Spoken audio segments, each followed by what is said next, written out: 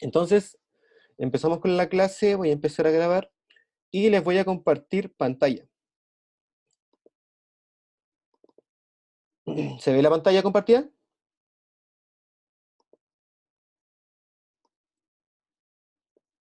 ¿Se ve? Ya. Muchas gracias, Isaías. También pueden hacer en el chat así también, en la pantalla para saber si están viendo o no. Ya. ¿Reacciones? Sí, las reacciones, para saber si se ve bien claro o no. Ya. Lilian, ¿puedes activar tu micrófono, por favor?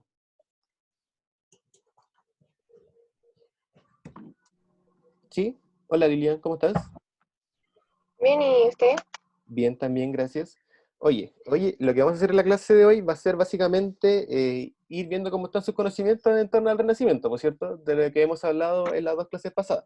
Entonces, por favor, ¿puedes leer lo que dice en la número 1, aquí? Em, Entre los principios que presenta el nuevo pensamiento moderno se encontraba que el ser humano ¿Qué pasaba con el ser humano en el Renacimiento? eh, ¿Quién estaba en la cúspide de la invención humana en el Renacimiento? ¿Dios o el hombre? en el principio Dios. Ah, no, no, Se- eh, no, el humano. El humano, ¿cierto? Entonces se encontraba que el ser humano estaba por sobre Dios. Ese era el pensamiento renacentista, ¿cierto? Sí, Entonces la respuesta sería, entre los principios que presenta el nuevo pensamiento moderno se encontraba que el ser humano estaba por sobre Dios o era un igual ante Dios. Entonces, por lo tanto, eso hubiera sido la respuesta correcta. El ser humano es un igual ante Dios. Seguimos. Magdalena, gracias, Lilian.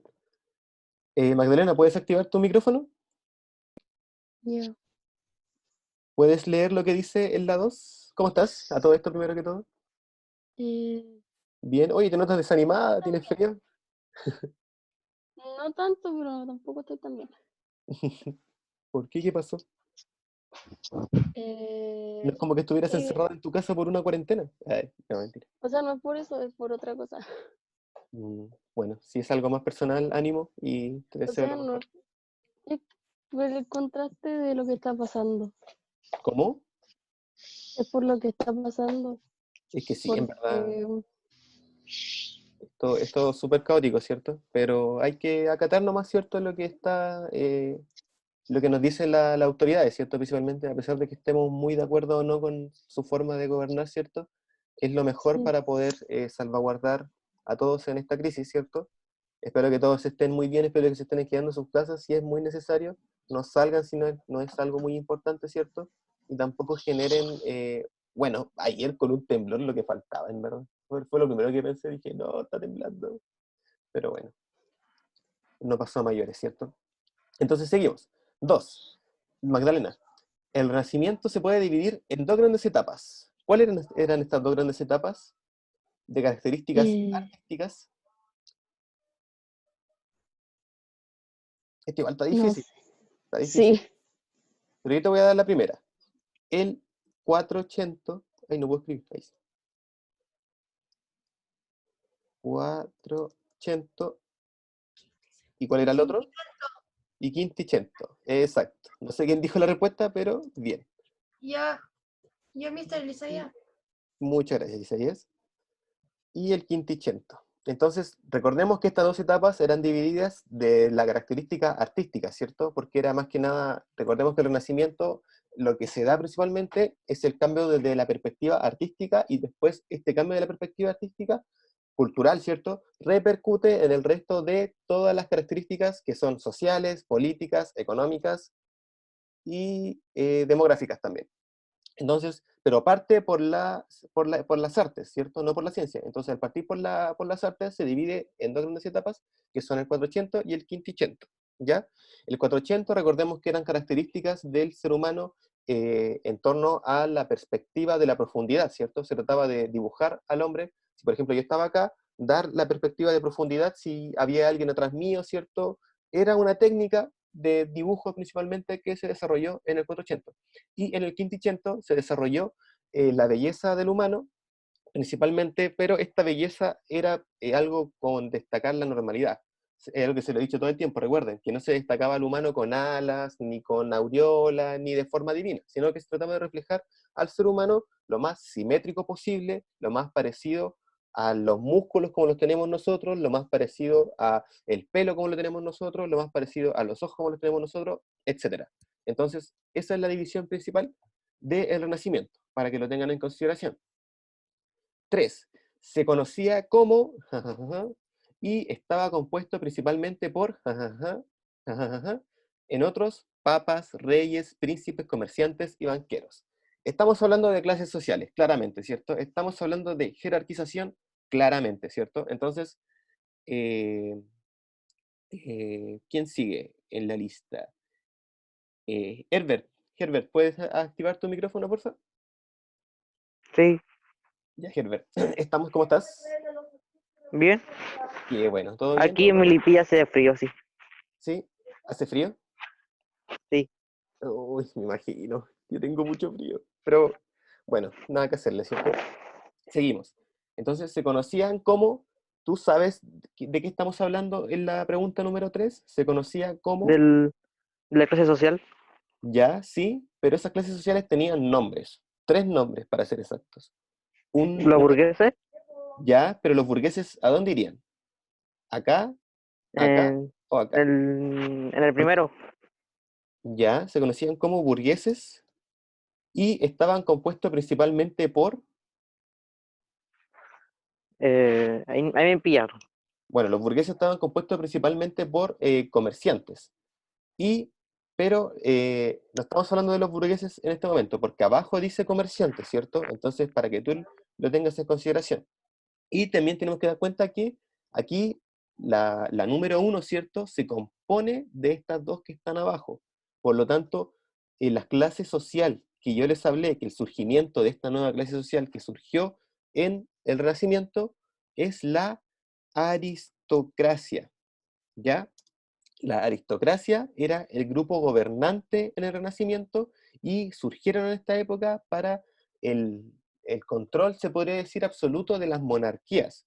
Tenemos que recordar que las monarquías son las nuevas formas de gobierno del Estado, porque tenemos que recordar que en la Edad Media se basaba en señores feudales, y los señores feudales repartían las tierras como se les acongojara, pero debido a las características culturales que presentaban los grupos de población, se empezaron a crear las monarquías. Y al crearse las monarquías, surge una autoridad. Y esta autoridad va a ser probablemente, o sí, la que tenga mayor poder económico y la que tenga la mejor forma de saber leer y escribir. Y esta nueva clase social va a ser la aristocracia. ¿Ya? Entonces se conocía como aristocracia y estaba compuesto principalmente, ahora sí va lo que dijo Herbert, ¿cierto? Los burgueses, y también los señores feudales. Recordemos que los señores feudales eran los que tenían el poder económico en la Edad Media porque eran los que tenían las tierras. Pero con el surgimiento de la clase burguesa, con el renacimiento de las ciudades, ¿cierto?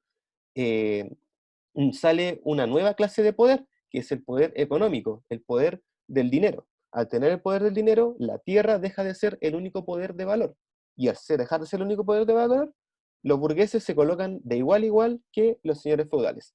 Y con esto se juntan, ¿cierto? Se alían y nace la aristocracia, la cual estaba compuesta por los papas, ¿cierto? Que eran la casta católica, ¿cierto? La casta religiosa, los reyes, que eran la casta gobernante, que eran los señores feudales, al igual que los príncipes, y los comerciantes y banqueros eran los famosos burgueses, ¿cierto? Los que tenían el dinero, los que prestaban la plata. Entonces, le brindaron la ayuda a los artistas principalmente, a los científicos. Tenemos que recordar que los artistas y los científicos en esta época eran prácticamente lo mismo, ¿cierto? No estaban divididos. Entonces, se alían y nace la aristocracia. Bien, gracias Herbert. No sé, la D, no sé quién es la D. D gigante. ¿Quién seas tú? ¿Puedes habilitar el micrófono, por favor? El Diego John. Bueno, F. Ah, que no sé quién es la D gigante. Diego John. Diego, ¿puedes habilitar tu micrófono, por favor? Profe, hay un compañero que pide que le acepte. Lo acepto al tiro. Dieguín, ¿estás acá entre nosotros?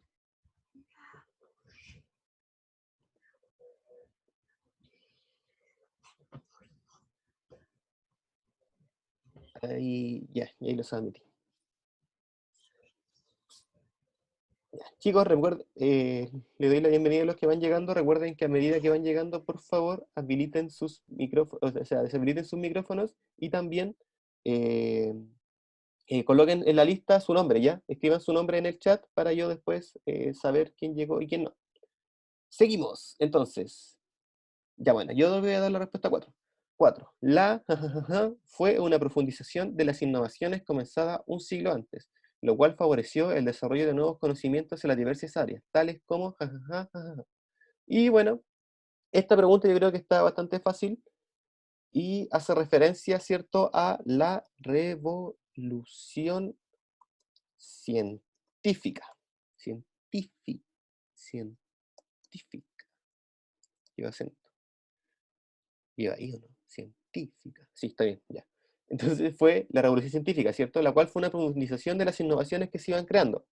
Tenemos que recordar que, por ejemplo, Galileo Galilei, ¿cómo se llama este tipo? Nicolás Copérnico, Paracelso, René Descartes, Leonardo da Vinci, Dante Alighieri, fueron creadores, ¿cierto?, de la época, los cuales también permitieron avanzar en diferentes áreas, tales como la medicina. La revolución científica permitió todos estos avances. La medicina y, no sé, en verdad puede ser cualquiera. La medicina y, qué sé yo, la astronomía. En esta respuesta podría también colocar las artes, ¿cierto? Podría colocar la historia, por ejemplo, podría colocar los inventos, por ejemplo, podría colocar la ingeniería, por ejemplo, también, ¿por qué no? Podría colocar la física, ¿cierto? Con este tipo, ¿cómo se llamaba? Isaac Newton. Entonces, bastantes avances permitió la revolución científica. En esta respuesta, en la pregunta 4, está bastante amplia la solución que podíamos darle. Chicos, esta guía que estamos haciendo no es algo que ustedes hayan tenido, no se los mandé yo. Más que nada para ir sabiendo, conociendo cómo van con la materia. Martín, ¿puedes activar tu micrófono, por favor? Martín Cabezas. Ya pues chicos. Hola, Hola Martín, ¿cómo estás? con sueño. Con sueño, pero ánimo, ánimo, ánimo. ¿Por qué? Te voy a preguntar algo, así que vas a tener que Ya, pensar. bueno, pregúnteme, profe. No, lo siento. Tienes que responder. Pregúnteme. Ya. El astrónomo físico italiano tarararara, se le considera como el inventor de telescopios y se distinguió por sus descubrimientos astronómicos, como por ejemplo que la luna era un cuerpo luminoso, no era un cuerpo luminoso por sí mismo, perdón. ¿De quién estamos hablando? No me acuerdo. ¿Quién inventó el telescopio?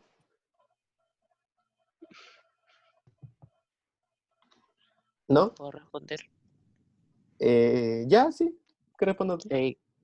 Creo que era el Galileo, una cuestión así. Galileo Galilei.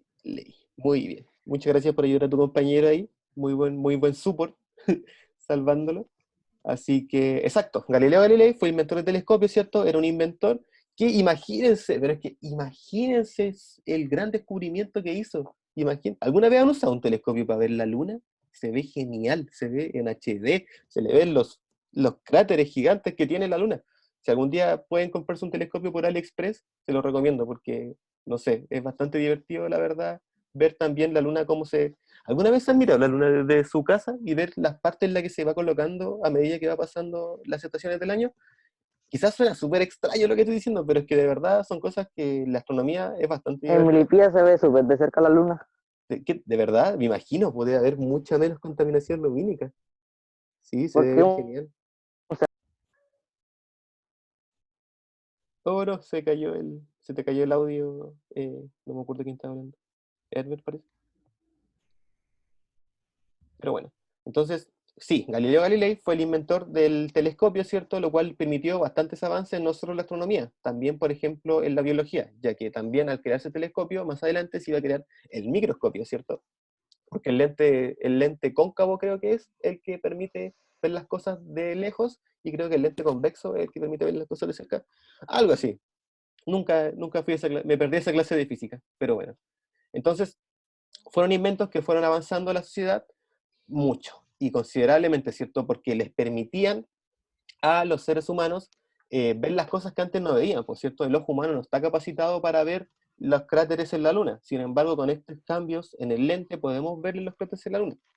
De alguna manera estamos desafiando el sistema impuesto en la sociedad, o más que el sistema impuesto, estamos desafiando las normas de la biología, ¿cierto? Porque las normas que nos hacen ser humanos. Entonces, es un descubrimiento bastante interesante si lo piensan, y la verdad que marcó bastante el pensamiento científico. Como que los científicos, al darse cuenta de que podían hacer cosas que iban más allá de sus dotes, más allá de su fuerza, que iban más allá de su fuerza principalmente, creo yo, y podía desarrollar su inteligencia, fue un gran avance y cambió la perspectiva del ser humano en torno a su forma de ver la vida.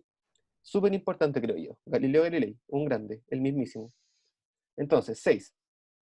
Con el reconocer del latín clásico se recuperaron géneros literarios, como la épica, la comedia y la oda, pero escritos en lenguas vernáculas o propias, como también nuevos escritos sobre la sociedad. Entre los principales exponentes literarios de la época encontramos a ¿Quién fue el creador de la Divina Comedia?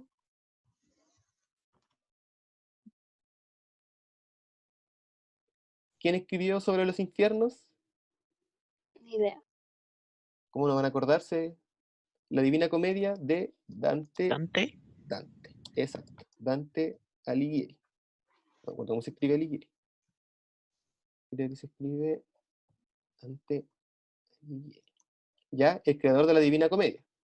Y otro, ¿cómo se llamaba este tipo? Ay, ¿cómo se llamaba este tipo? El español. ¿Han visto esa película? ¿Vieron El Hoyo en Netflix? ¿No la han visto? Es muy buena película. Sí, ¿La vieron? sí, ¿Qué les pareció? me traumó. ¿Cómo? Es un submundo bastante, en verdad, extraño, ¿cierto? Pero en esa película, si la viste, también puedes encontrar bastantes referencias al infierno de Dante, porque tenemos que recordar que son pisos que van escalando hacia lo más profundo y lo más recóndito del ser humano, por lo menos en la película, ¿cierto? Entonces, es súper interesante igual verlo de esa forma, porque está inspirado un poco también en la Divina Comedia de Dante Alighieri, un escrito hace más de 600, 800 años, ¿cierto? Y también se habla mucho en esa película sobre un escritor, porque el protagonista se llevó un libro, ¿cierto? ¿Qué libro se llevó? El que se vio la Don película. Quijote. El Quijote, ¿cierto? Exacto. Y el Quijote fue escrito también hace más de 500, 600 años en España, en el reino de no era Cataluña, se me olvidó. Bueno, después me acuerdo. ¿Y quién escribió el Quijote? Miguel de Cervantes, ¿no? Miguel de Cervantes. Día 25. Muy bien. El mismísimo Miguel de Cervantes, ¿cierto? También fue un gran precursor. ¿Has leído el Quijote? No sé, no creo que le hagan leer el Quijote en lenguaje, ¿cierto? No creo. Muy buen libro también, se lo recomiendo, ya que enseña bastante sobre la perspectiva que hay que afrontar un poco la vida, ¿cierto? Y los desafíos que se nos van presentando a medida que vamos creciendo. Se lo recomiendo bastante. Es bastante divertido y, no sé, la verdad, estamos en cuarentena, no hay mucho que hacer, así que leerse un libro nunca está de más. Lo considero bastante bueno. Y piense que cuando leen a Miguel de Cervantes, cuando leen a Dante Alighieri, están leyendo gente que escribió hace más de 800 años, 900 años, y tú le decís, ¿de verdad estos tipos escribieron hace más de 900 años? Porque no lo pareciese, como que de verdad, como que trascienden épocas, como que se pueden comunicar a través de las épocas sin la necesidad de haber vivido la misma época que estamos viviendo nosotros. Y eso para mí es una característica de un muy buen escritor, y hace también... Sofía, levantaste la mano. ¿Tengo lag? Se escuchó como con lag. Dale nomás, Sofía, ¿qué pasó?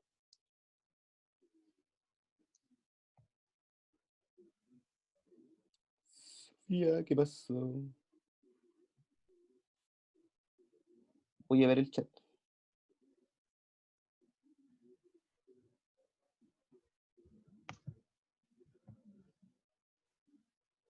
Bueno, no sé, Sofía, es que Sofía había levantado la mano. Ah, lo presioné sin querer. Ah, ya, bueno, es lo mismo. De verdad, les dio miedo el hoyo, pero si no, creo que sea una película de miedo. Es como más de, no sé, como de reflexión. ¿Verdad? No sé. De suspenso. Sí, como de suspenso. Pero bueno, seguimos. Verdadero y falso, ¿cierto? Esta era una pruebita pero la verdad da lo mismo, ya, ¿qué más darle? La edad moderna se caracteriza por presentar un desarrollo en el ser humano que se manifiesta en avances tecnológicos y artísticos. ¿Verdadero o falso? Vamos, participen, para que no tengan sueños, participen, participen. ¿Verdadero o falso, las 7? Verdadero. Verdadero. ¿Por qué verdadero? Ese delay.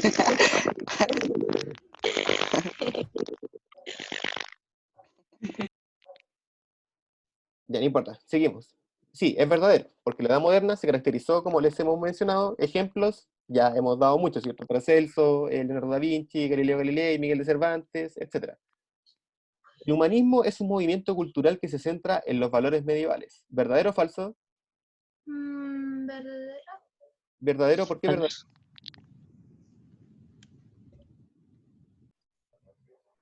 ¿Quién cree que... ¿Por qué?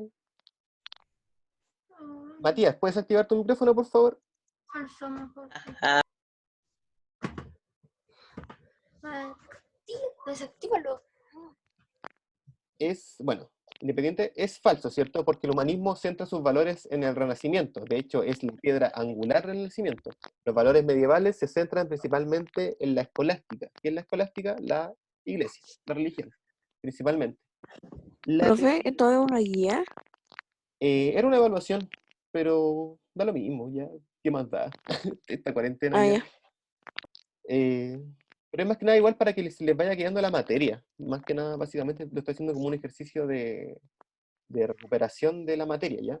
Hasta ahora creo que estoy un poco disconforme con el resultado, pero nada que hacerle. Seguimos.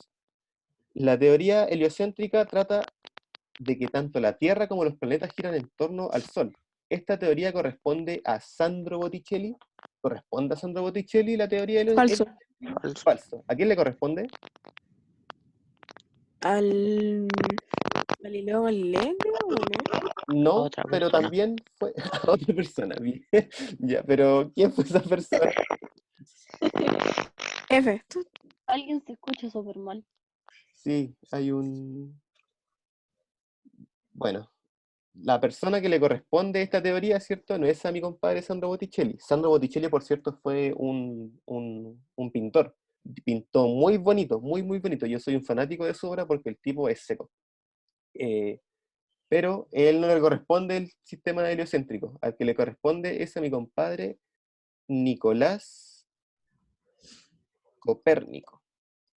A él sí hay que Casi, darle... po, bueno. ¿Cómo? Casi, bueno. Casi, ¿cierto? Galileo Galilei inventó el telescopio y Nicolás Copérnico inventó la teoría heliocéntrica. Este tipo fue condenado por el Santo Tribunal de la Iglesia Inquisitorial. ¿Por qué decir eso? ¿Cómo se le ocurre decir que la Tierra no era el centro del universo y que era el Sol? No, ridículo, ¿no? La Tierra es plana y Dios está al centro de todo. No, ¿cierto? Pero Nicolás Copérnico fue un científico, ¿cierto? El cual igual fue bastante criticado en esa época, sin desmerecer todo el trabajo que él hizo, ¿cierto? Porque estableció un nuevo sistema basándose puramente en su intuición, ya que nadie aseguraba este precepto antes de él. Y para mí, igual entonces, es bastante importante tenerlo en consideración. Seguimos. Profe, ¿Sí? ¿no era ese el que lo mataron después? Sí, po. Sí, Nicolás Copérnico fue asesinado por la iglesia. Ah, no, o sea, el que vivía como en una cárcel o algo así. ¿El qué? El que vivía como en una cárcel o algo así. Ese es No, Galileo. no, Galileo vivía, sí, ese Galileo. Ajá. Entonces, seguimos. 10. La visión antropocéntrica, característica de los inicios de la Edad Moderna, negaba la existencia de Dios. Esto está difícil. Profe, Ujú. no sé si o sea, en la sala de espera, no sé si está la Vale porque dice que aún no le acepta. Qué raro. Sí, vale, no lo dejas, no lo dejas Dice entrar. iPhone de Leticia, pero no hay nadie más en la sala de espera. Esa es la Valentina, está con el celular de su mamá. Ay, ya dije. Disculpa, Valentina. Perdón. Mala mía, perdón. No me pude fijar. Es que está la pantalla compartida, entonces como que ahí no veo bien quién está y quién no. Entonces seguimos. Creo que ya estoy listo ya. Sí, chicos, tengo que ir cerrando la clase, pero ya vamos, terminemos esto del verdadero y falso y la dejamos hasta aquí. Entonces, la visión antropocéntrica característica de los inicios de la Edad Moderna negaba la existencia de Dios. ¿Verdadero o falso? El antropocentrismo... Falso. ¿Falso? ¿Y por qué es falso? ¿Niega la existencia de Dios el antropocentrismo o lo coloca de igual a igual? Pero de que somos iguales o similares, o sea, él. Exacto. Coloca a la par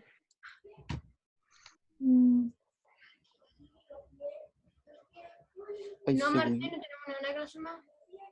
Entonces, coloca a la par a Dios con el ser humano. ¿Sí? No niega la existencia de Dios, porque negar la existencia de Dios en la Edad Moderna igual era algo bastante atrevido, decirlo, la verdad. La existencia de Dios se empezaría a cuestionar ya en el siglo XIX, XVIII, por ahí prácticamente. Entonces todavía no es algo que se discuta. Y finalmente, 11. El desarrollo de las cruzadas fue uno de los factores que permitió el tránsito de la Edad Media hacia la época moderna. ¿Verdadero o falso? ¿Falso? Esto está difícil porque todavía no hemos visto las cruzadas. Pero, Sí lo hemos visto, no hemos hablado de las cruzadas todavía. pero en el Oye, bueno, año igual, ¿no? pasado. Ah, bueno.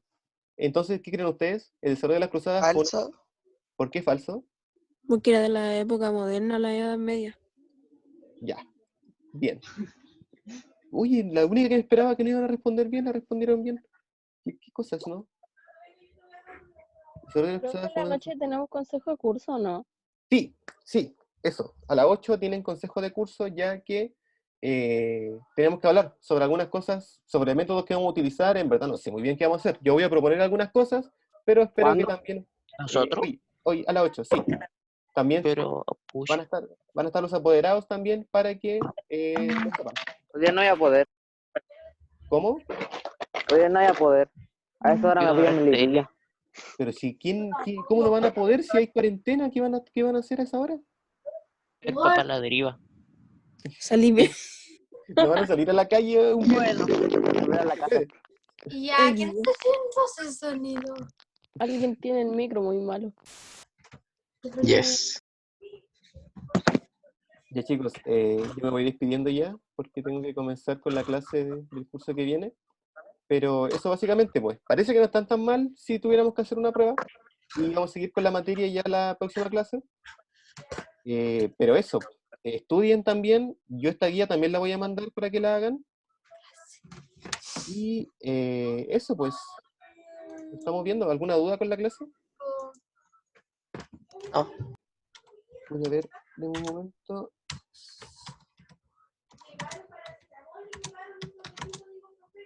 Participantes, ya.